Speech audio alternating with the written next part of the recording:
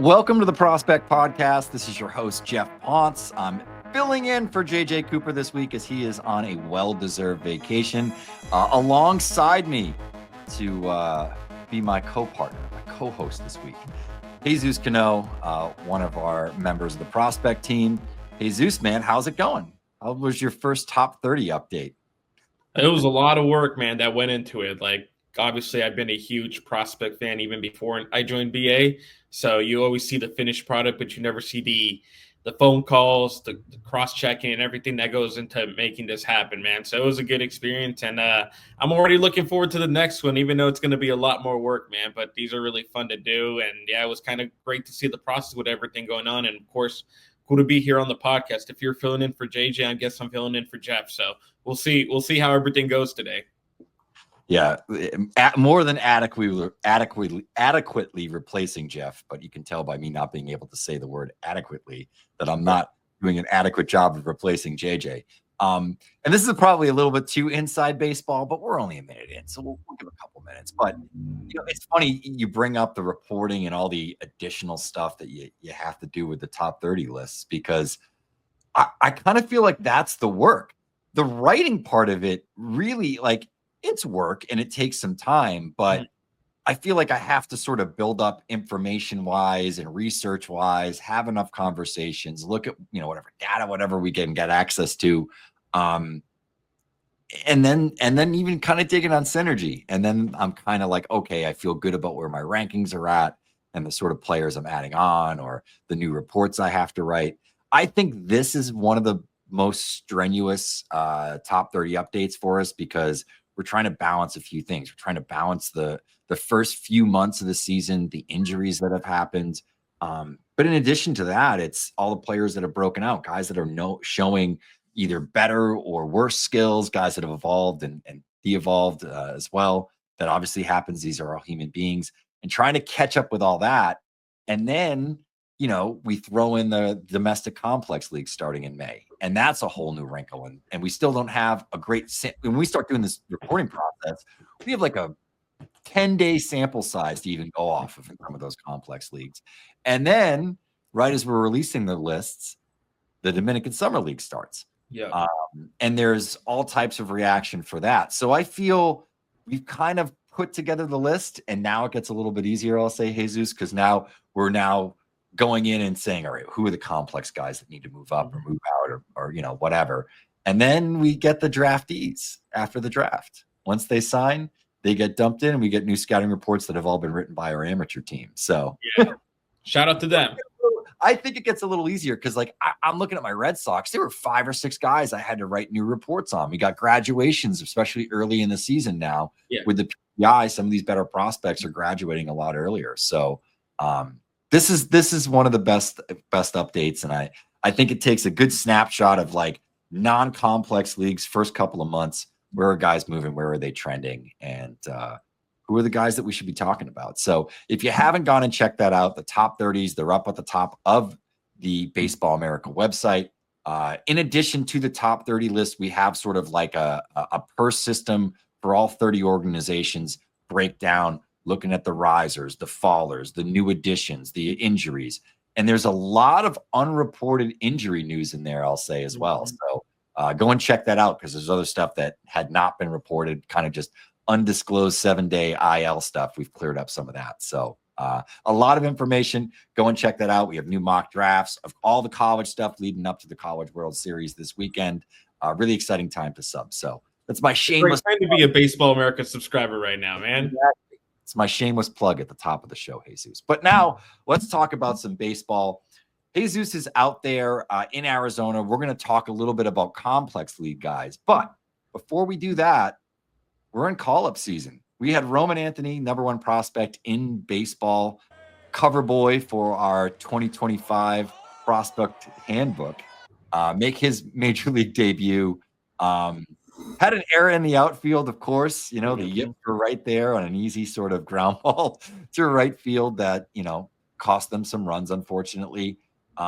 Looked fine at the plate. We'll see how long it takes for him to settle in. But an exciting player. And I think, for Red Sox fans, kind of a welcomed sign that there might be something watchable about this team because it's been tough sledding since Alex Bregman went down.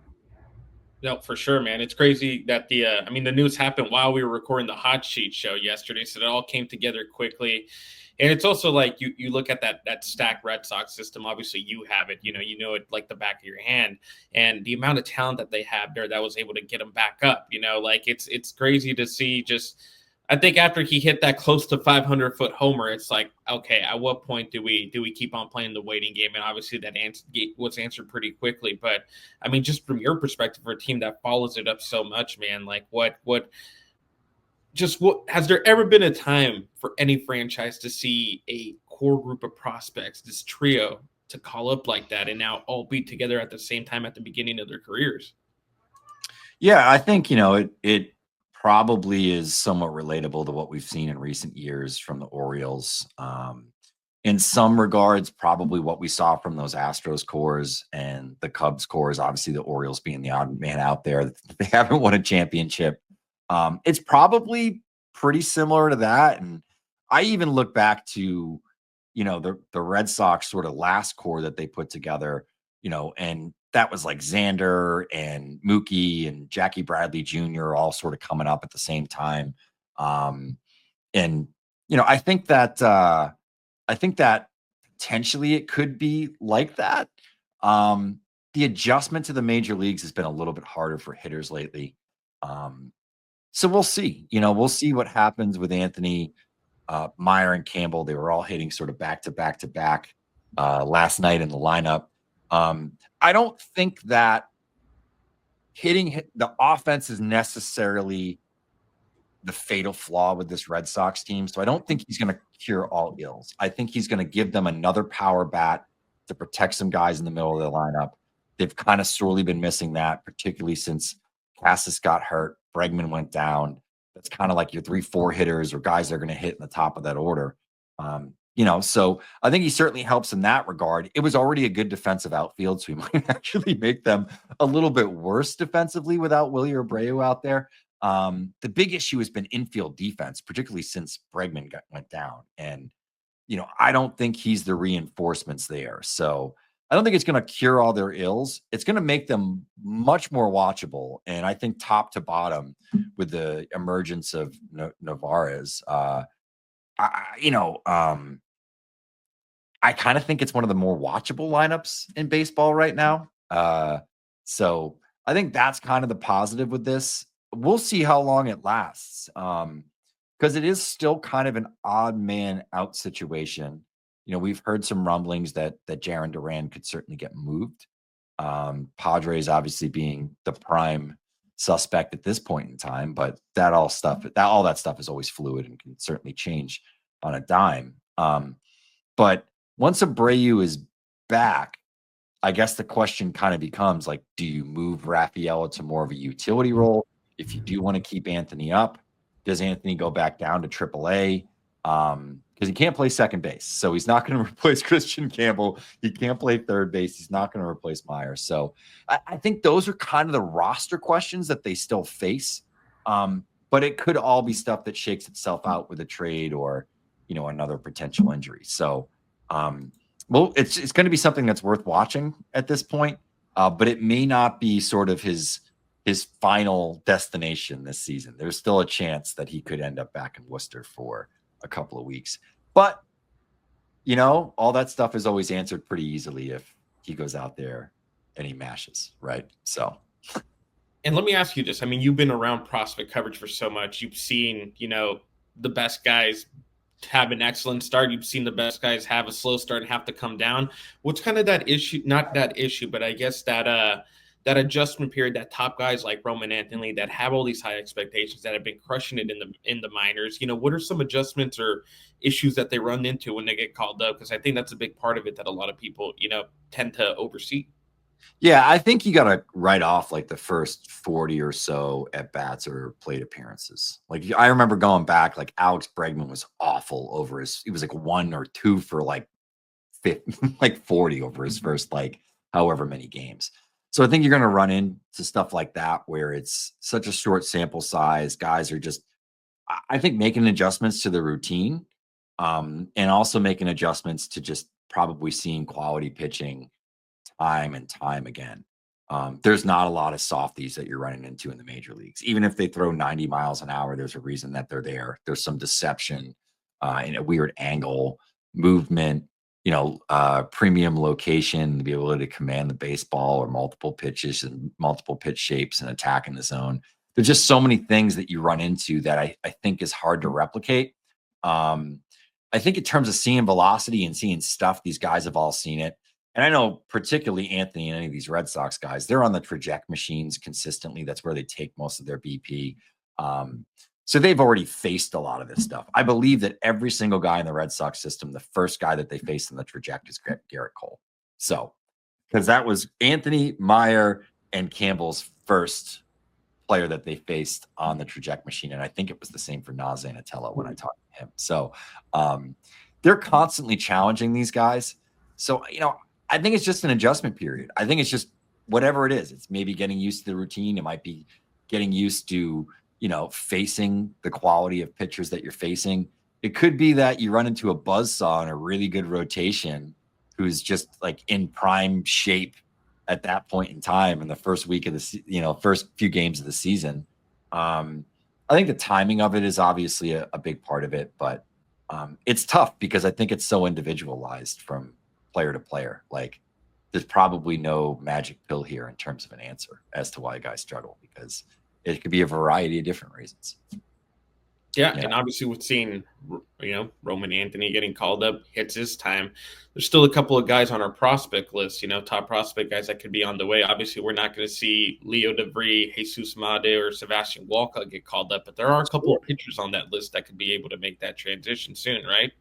Yeah, I think that's the thing, right? Like we were talking about this before the show, and obviously we've already seen Roki Sasaki. How long he's on the shelf for, we will see. But Bubba Chandler is a guy who's right on the cusp of the major leagues, and the stuff has been excellent. He's been good in AAA. I think it's not a matter of if he's called up this season; it's a matter of when. And we're kind of getting into those days now. Pittsburgh may want to try to hold on to this PPI eligibility with Chandler, but I don't know if that is necessarily good form. I think ultimately when guys are ready, they're ready, and it can stunt their growth or, potentially lead to injuries, other things, depending upon the guy's mentality. If you try to play some of those service time games, they're already past Super 2 more than likely. This would be on June 10th. This would be the latest Super 2 day in, over 10 years or something. But certainly since the PPI came into existence, which kind of pushed up those dates a little bit. So, they're past that. They kind of have that extra year of control, which might be their only concern, and not as concerned about that extra pick. I think Chandler could be up at any point in time. If there's an injury in that rotation, it's certainly a possibility. I think it's probably been discussed. The issue there is I think eventually they're going to start to stretch out Ashcraft as more of a starter when he's up in the major leagues. He's in the 40-man roster. Thomas Harrington was already added to the 40-man roster. So you have two guys there that are options. It just depends how they play this game. I'm just trying to give you all the mechanics and all the balls that are in the air with a guy like Chandler, but I do think he eventually gets up. Chase Burns now in AAA, Jesus. I don't know if you saw him out in Arizona this spring. I assume you did. He's been electric. He's jumped a few levels already, overmatching AA in Southern League competition. Now he's up in AAA with Louisville. That should be an interesting one. I don't know if you've maybe heard any whispers out in Arizona, but any predictions on when we do see Burns? I think it's probably maybe a little bit later, but we'll see. We'll see, because I think the big thing, as I was, starting up and reading up on Chase Burns a little bit more at the beginning of the year, is that they wanted him to kind of follow the trajectory that Rhett Loader had last year. He ended up debuting, right at the end of the season. But, I think when you look at the stuff he's had, and I've been able to watch Chase Burns, I've been able to talk to him during spring training and all that stuff too. I got to see one of his backfield sessions and everything. That fastball's just insane, man. It's just the way he's able to make it go past guy, dominate hitters and all that stuff. He is it's just, a lot of my casual baseball friends obviously know about Paul Skeens. I feel like a lot of people, even if you aren't a baseball fan, have heard that name.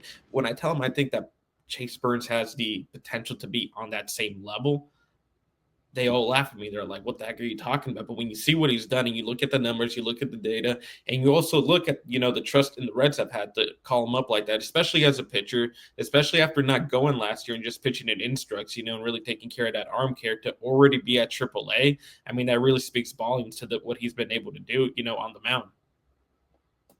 Yeah. So here, let's play a little game that I just usually do with Dylan Okay. on the fantasy show. Okay. Give me a range. It could be a week or a 2-week period. When do you think Chase Burns gets called up this year? What's his ETA? Let's go with we're June 10th. June 10th. He's in AAA. I'm going to go August 20th. Oh, I like that. I like Around that. area. I was going to go August 10th to August 20th. So we're totally linked up there. Yeah. I like to give a range because I haven't looked at the Reds schedule. I assume there's probably a home series at some point there. Yeah. That's my guess. That's just my guess, is that's when he could potentially get called up. I guess, the other part of it that you always have to consider is playoff implications. The Reds are above 500. One game above 500. They're only 6.5 back in the Central. Certainly a division where it seems like down the stretch every year, there's a lot of moves and shakes and one team that gets hot. So it wouldn't be crazy. Things start to roll. Hunter Green is back. The lineup starts to hit. Matt McClain comes back into shape and form. Yeah. He starts hitting again. Might make sense to call up Chase Burns, but I do think he's going to get a month or so. But not out of the realm of possibility that it's like 4 starts and they're just like, we've seen enough, bring them up. So whenever the Reds get hot, I think that increases the chances of Burns getting the promotion. But Burns isn't the only one that could potentially factor into a playoff race this year among these top pitching prospects. The other one would be Andrew Painter, who at one point in time was our top pitching prospect in baseball prior to being out for a couple years as he recovered from Tommy John surgery. So he's our number 10 prospect on the top 100. So yeah, I think that's a pretty interesting one as well. I'm going to throw out a prediction here on when I think Andrew Painter gets called up. Did you see him when he was in AFL at all? I did not. No, I did not. So I was lucky enough the day before I flew out, because I was there for the first week AFL. He started my last day there in Scottsdale, his first start in AFL, and the stuff was back. The hop was back in the fastball. Secondaries were still good. Command was still coming back. He's up in AAA.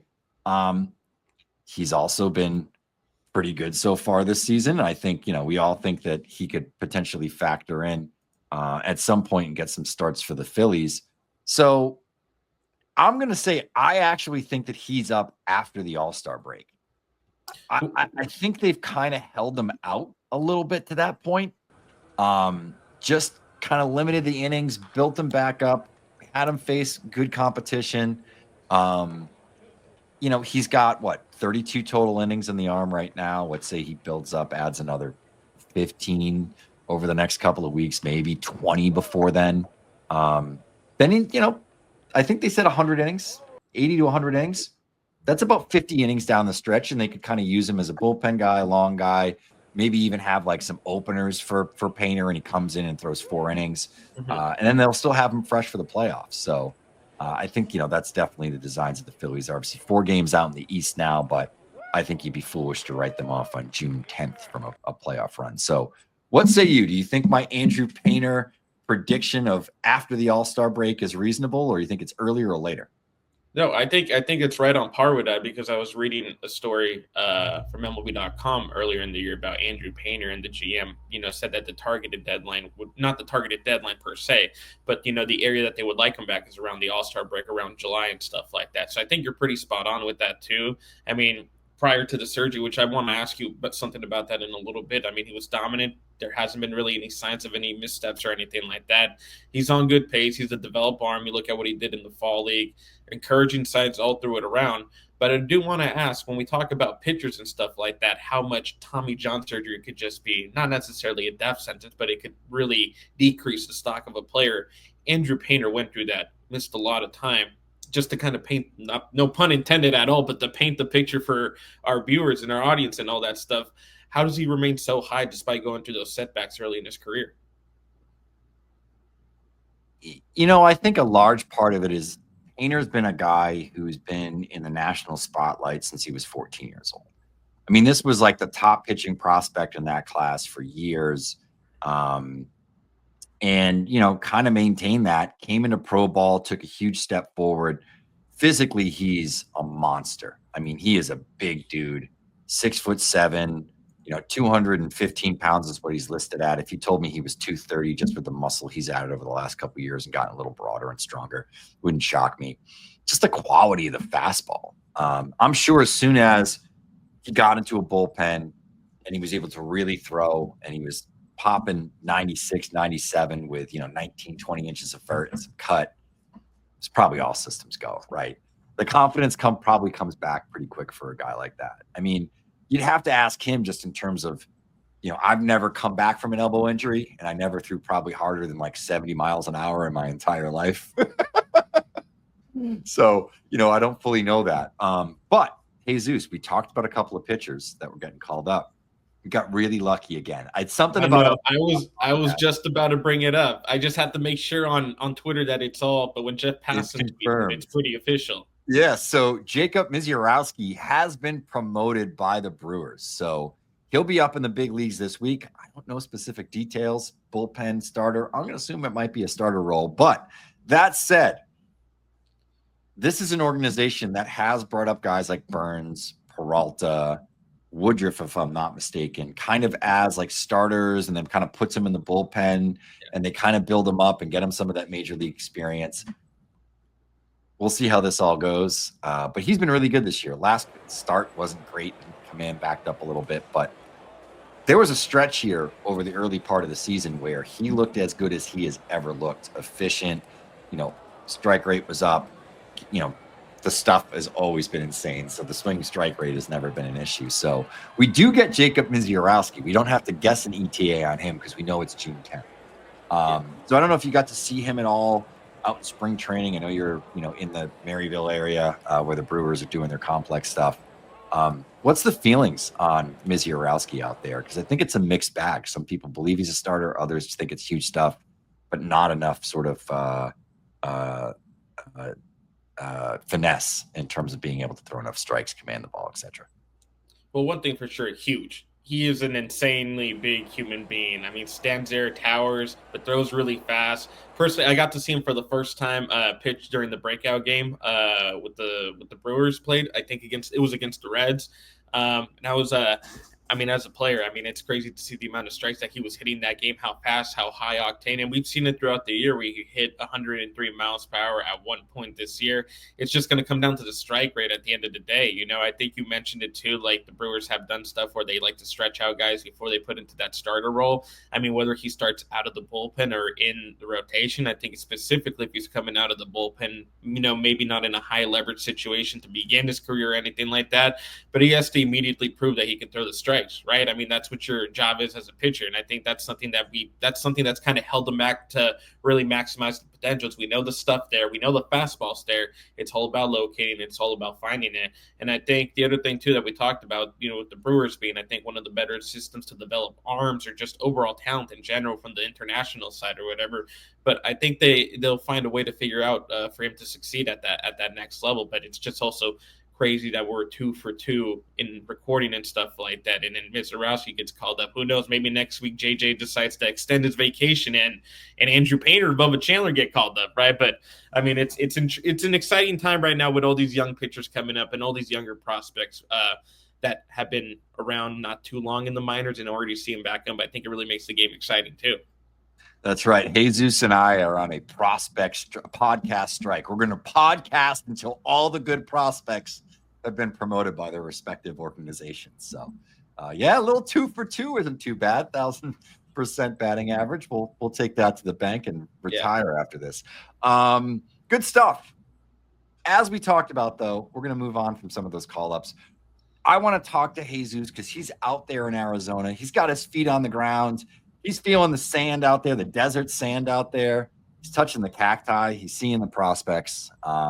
So, dude, let's talk a little bit about these 3 prospects that you wanted to discuss out there in the Arizona Complex League. I'm sure we'll get some more detail on some ACL guys next week as Josh Norris returns from his Arizona, as he likes to call it, adventure. But first guy I want to bring up here is a right-hander, 18-year-old right-hander from the Giants, Aregnis Cayama. That's Argenis, Cayama, Cayama, for those of you out there with your fantasy leagues. Jotting this down, looking for names to pick up. Always want to spell it for you when it's a little difficult. So Jesus, talk to me a little bit about this guy, man, because you've seen him, and I know I've heard some good things. I've actually dug into some of the data as well. I mean, dude, best pitcher in the complex league, by far through the first month. He's a straight up dog, man, at 18 years old, and kind of the journey that he's been on, signed out of the Venezuela in 2024, was issued $147,000. And actually his first month before he made his DSL debut, he had to battle pneumonia, man. It went through a tough time. I wrote about it at baseballamerica.com, so check out that story if you can. But the gist of it is, he lost close to 20 pounds. The velocity was down, and he was able to build that back up and had a good year, a solid year in the Dominican Summer League, and then comes over stateside debut, and it's just been absolutely dominant. Doesn't have a flashy delivery, but it's repeatable and effective. Fastball sits between 92 to 98. It's touched that high. And he has a good way of manipulating his shape. But when you talk to him, too, it's like when I interviewed him for that story, he's very mature for his age. It didn't feel like I was talking to like an 18-year-old guy in the United States for the first time. It felt like I was talking to somebody who had been around the game for a while. And I think the way a player carries himself kind of also translates onto the way that they're able to dominate, as I've learned through the past couple years helping out with the prospect coverage.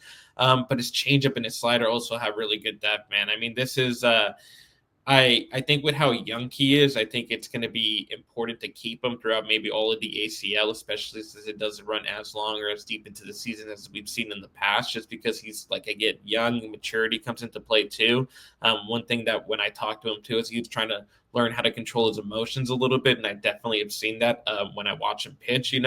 He definitely gets a little bit animated when he gets out of situations, but he doesn't get as animated whenever he makes a mistake or anything like that. And I think that says a lot to the way he's able, the attitude that he's had, that's kind of driven him to this point, man. So him and Luis de la Torre too, it's another pitcher in the Giants system that's really good, that has hammered a lot of strikes. But Cayama is the guy down there too. It's just every scout that I've talked to has told me that he's the best pitcher. The numbers back it up, and it's exciting to see what he has. I think in Josh Norris's Giants rankings, he went from number 26 to number 15 or 16, middle of the pack at just 18. He's looking like that. There's a lot more room to develop, of course, but it's going to be really exciting to see how much he grows as the years go by, man. He's really freaking good. Yeah, and kind of digging into the data a little bit, I'll have more on this today on the site, as I wrote about some complex pitchers just from a data perspective. It's a legit low release height sinker, but he creates kind of a steep plane, so it's kind of deceptive to kind of be like a 5'8" release height, but still be able to sort of create this steeper VAA plane than what guys are typically used to seeing.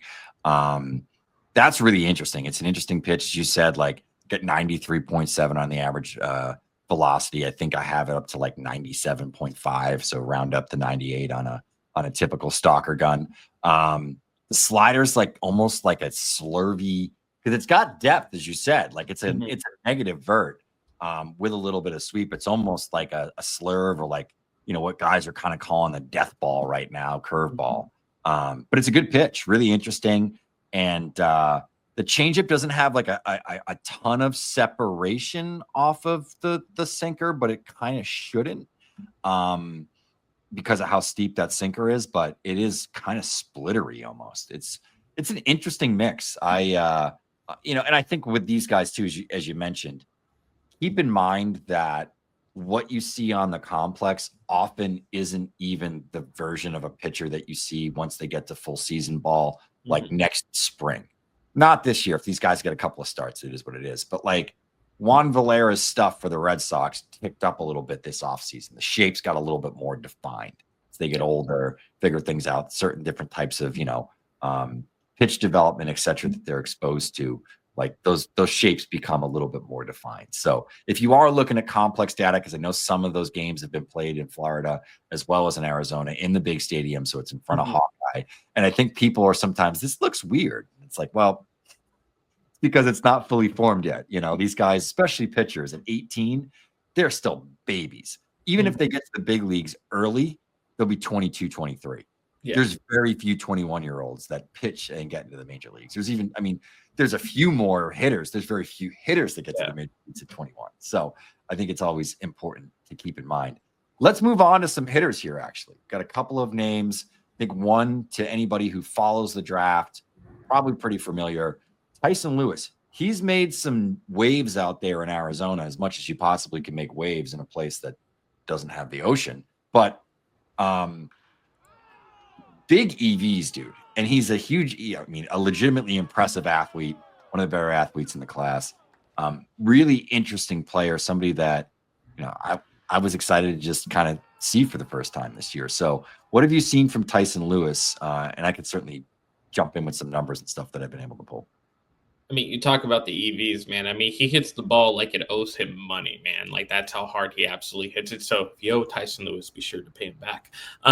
But in all seriousness, man, like, I remember the first time I got to see him was when I actually came back from the Cal League, my Cal League stop. And I went over to the Goodyear Stadium to go check out the Reds versus the Rangers. And literally in the first at-bat, man, I'm recording, and he absolutely demolishes this ball. 114.8 mile per hour exit velocity, 434 feet into center field at Goodyear Ballpark. It's only been its only home run of the season, but that ball was just loud. And even in his first couple of hits before that, he registered at 109.9 and 119.4 miles per hour. All this is recorded because it was happening at Goodyear Ballpark, where they have StatCast and all that stuff too. But like, his swing is really pretty, man. It's a really nice swing. The only thing that comes with that too is that he's a little bit aggressive in the count. I mean, 17 strikeouts to 4 walks.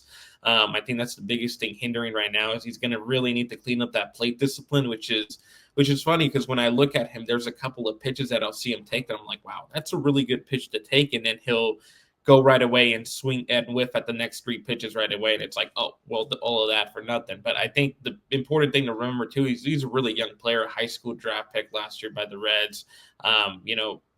Really good player, man. Like, and the other thing too is, like, he's physically developed too. Like, that's one thing that I've learned as I've started to evaluate and watch players. It's how much they can grow into their body. But I look at a guy like Tyson Lewis, where he is well developed in all areas, man. He has a good lower half, good upper half. Height is up there. I think given his size, he might outgrow shortstop. I think he has a really strong arm. I'm not exactly sure where his future could rely right now because he's so young. But at the plate, man, like, it's exciting to see every single time that he's up there. He was the highest ever drafted player from the state of Nebraska. So, I mean, he's kind of been an outlier in terms of that state there too. But there's just so much more room for him to grow, man. And it's really exciting to see. I think he's definitely one of the more exciting players. I know he was on the IL to start the year. Not sure exactly what the injury was. And I thought he was just going to be here for a rehab start. Turns out he's been here a little bit longer and should be here for a little bit more. So, yeah, man, I mean, to have a talent like him, especially in these day of age where the complex league has changed a lot since they moved it up a little bit more to instead of having it after the draft happens. Like, he's one of those rare talents to see out here where you see a fully developed athlete ready to go at such a young age. And I mean, it's kind of crazy to say, but we talk about, talking about pitchers who are 22, 23 making it up there. I think the way Tyson Lewis looks right now, if he can really fix that plate discipline, and obviously it's such a small sample size, but with the way he's developed, the way he hits the ball, I wouldn't be surprised if he is kind of on a fast track to get up there, regardless if he's a high school draft pick or not. Like, he is really, really good. Yeah, and I think all that stuff is important to keep in mind. It is, a Nebraska prep talent. So even being on the showcase circuit, the sample isn't that big. Like, it's just a matter of getting him up to speed with facing better arms. And I think a lot of stuff that you said is kind of shows up in the data. Like, it's a 61% in zone swing rate. So like, you want to see like above 70%. 80% is like outrageously good, but that 70 to like 80% range, because you want guys swinging at strikes, right? That's true plate discipline. That's identifying pitches not to swing at and those that you should attack. But does have a higher chase rate with a lower swing rate. It's like a 41% swing rate with a 27% chase. Usually I want to see a 20% delta between the swing rate and the chase rate. That's a 13% delta, and it's like a 26% whiff rate. So he's definitely swinging himself into a few more outs. The batted ball angles are kind of more linear, a little bit more flat. That's something that, with that power, he'll have to kind of figure out. So it's not an underlying like Roman Anthony kind of profile where he had really good bat to ball skills and approach and all that sort of stuff right off the jump.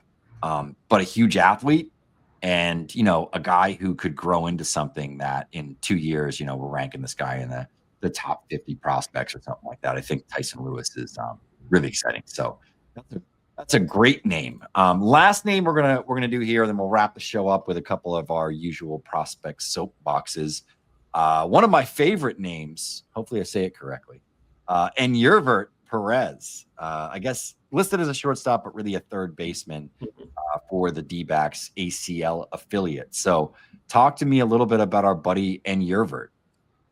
I mean, there's a lot of internal buzz within the D-backs organization about this guy. That's how I was able to get tipped off by him. And I mean, the first time I saw him play was on the backfield recently, I think about a week or two ago. And first 2 at-bats, hit the crap out that ball. Exit velocity is over, let me get the exact numbers because I want to be as accurate as possible. But yet, exit velocity is at 105 and 103. And his swing just looks really, really developed. Like it looks – it looks like a swing from somebody that's in the upper levels rather than the ACL, like the way he was able to extend his arms for one of them. He's another player that's also like really, really aggressive at the beginning too. But like just to see him go through that motion, and also like the other thing too that I really stood out about him was his plate discipline at some points too. I think similar. I wouldn't say a similar profile to Lewis at all because they're 2 different players, 2 different sides. But I think in the way that they approach the plate and stuff like that, I think Perez has really emerged himself as one of the better players in the complex league. Defensively, like you mentioned, third baseman right now. But from what I heard, there's work to be done at third base, but he could also have a potential future at first base too. Those are the 2 positions. He's outgrown shortstop. He's outgrown second base. It's a little bit bigger. 19 years old. Spent 2 years in the Dominican Summer League, so he comes with a little bit more experience compared to most players here. But yeah, he's a guy that's kind of strung on to me. He made the D-backs top 30 right at 30. That's how much buzz there was about this guy from scouts that I've talked to and all the other people going on right now. Like he is in a really good position right now. It's going to be interesting to see what they do later on with him now, just because he is a little bit on the older side at 19, which isn't too fun to say considering I'm 25 and that's pretty old for a prospect. But either way, like he's a guy that's definitely drawn a lot of heads down in the complex league. I'm 43, homie, with 3 kids, and they remind me how gray my beard is getting. So I didn't even notice that. Yeah, you're not old yet. You're not old yet. It's not bad. I don't even feel like I'm old, Still moving all right. You're good. All right. That's great stuff. Little Arizona Complex League update from Mr. Cano. All right, we're going to roll into our prospect soapboxes here. I'm going to give you a break because you just talked a lot. So I'm going to jump into mine right now. It's something that was mentioned to me by a bunch of scouts that I've spoken with that have covered the Red Sox organization. Obviously, going back to the top of the show, going back to the jump, I talk to a lot of people to do this. That's a lot of part of my, a big part of my reporting is asking about players. They're at games, they're talking to me about stuff. And people were noticing how few times some of these starters they were going to see, it was one guy in particular going to see David Sandlin, were throwing their fastballs. And it seemed to be a common trend through all the different affiliates for the Red Sox. So, I reached out to some of my contacts and asked somebody if they would be able to pull all of the breaking ball usage from AAA all the way down to the domestic complex leagues and tell me what the usage rate was on breaking balls. And surprise, surprise, Jesus, the Boston Red Sox were number 1 with a staggering 46.7% usage rate entering Friday of last week. That is pretty substantial. There are 10 teams in baseball or organizations throughout baseball who have 40% plus breaking ball usage rate. This includes cutters, sliders, sweepers, and curveballs. So all sort of variations of spin. Miami, a fellow model team to the Red Sox, is second with 44%. Then it's followed by the Cubs, the Mets, the Astros, Baltimore, Cleveland, Milwaukee, Texas, and St. Louis are the 40% plus teams. Not a surprise. The delta between the Red Sox and the Marlins is about 2% overall, which is a pretty decent delta when you think about it. And the difference between the Red Sox and number 3, the Cubs, is about a 4% delta. So there's a pretty big jump here. I'm going to be doing more reporting on this. I'm going to be writing an article probably for later this week, early next week, talking to some folks at the Red Sox organization. I think it falls in line with maybe a few different things. One in particular is, they draft guys that have quality breaking balls, and they think that you should throw your best pitch more often. I think that is a mentality and a philosophy that we've seen a lot over the last couple of years, just in sort of the greater baseball brain trust kind of space. And I think it's also why a lot of model teams are doing this, because a lot of model teams also value what the stuff and et cetera, all those sort of per pitch sort of metrics that they have internally. It's not always stuff plus or that. There's some variations, I'm sure, some stuff that's more advanced. It's going to like breaking balls and sliders more than anything else, right? Like, having done some stuff plus work myself, obviously internally with our model and looking at data, it's going to like sliders. So I think that's probably part of it too, but I want to talk to player development. I want to talk to some coaches, some pitching coordinators, et cetera, and hear it from the horse's mouth and learn a little bit more. So I guess this isn't as much a soapbox as it is a preview, but it's something to watch if you're going to watch any of those 10 teams I sort of mentioned, particularly the Red Sox, the Marlins, and the Cubs affiliates. Notice how many breaking balls they're throwing when you're watching these games, because it might be close to 50% sort of secondary stuff versus the fastball. We're seeing less and less fastballs, Jesus. Oh, for sure, man. That's a really interesting thing that I really, as somebody who isn't as deep connected into the metrics and the numbers and all that stuff. So, I mean, that's going to be a really good piece that we're going to have on baseballamerica.com that the viewers should go out and check it out in the future. Of course, that plug, top end, bottom end plug, man. You know the vibes, man. But in terms of my soapbox, obviously this is my first time and stuff like that. I mean, for people who maybe are tuning in for the podcast for the first time, what is it exactly that you and JJ do at the end? When you talk about your soapbox. So we typically come in and just kind of have something interesting, maybe a player that we want to stump for that we like more than maybe the rest of the staff, or just generally, or someone who's just impressed us. So really, the only rule is that it can't be about a top 100 prospect, but it can be about something more general, or about a non-top 100 prospects. That's typically where we go with the soapboxes. So he's not a top 100 guy, because I've advocated for this guy to get on the top 100, and it seems like some people are with me, some people are not, but I'm talking about Sal Stewart from the Reds, man. I mean, he is a guy that, during the backfields generated a lot of buzz for me. And, a lot of different people that I talk to, and you look at what he's doing, he's not exactly the guy that's going to smash everything with power, but he shows those extra base hits. He shows ways to get on base. He shows ways to contribute. I think he's a player that's really starting to develop a little bit for the Reds. I know we talked about Tyson Lewis, and they have a really, really good, group of minor league infielders down there too, because you also have Cam Collier, who is rehabbing, or was rehabbing last week with the complex. Not sure if that rehab assignment is over or stuff like that, but I mean, Sal Stewart was described to me by a scout as an OPS machine, and I think we kind of seen that into this year. I know he's landed on our hot sheet a couple of times. He's a guy that is also improving on defense. I think that was the biggest thing that maybe held him back a little bit from rising up his stock a bit, but through a lot of people that I've talked to that have, watched him from the backfields up to now to what he's doing. He's a guy that's kind of developing over right there. So I think that's a guy to definitely keep an eye out, about too, because not a top 100 guy. Hopefully he'll be in there soon. But he's not necessarily a guy that's getting as much attention within that system itself that I think can be really, really good. I agree. It's a tough profile. But he certainly has outlier plate skills, the bat to ball abilities there.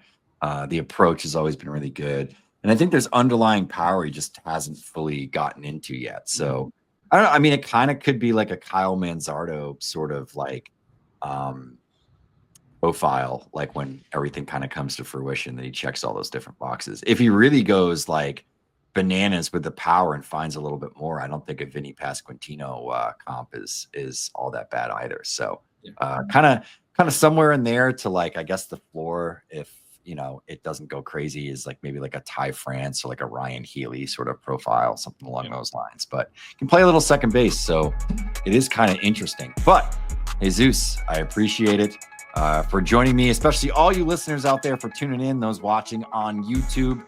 We appreciate your support. You can check out more of our work, of course, at baseballamerica.com. For Jeff, for Jesus, for the whole BA team, thanks for tuning in. This has been the Prospect Podcast.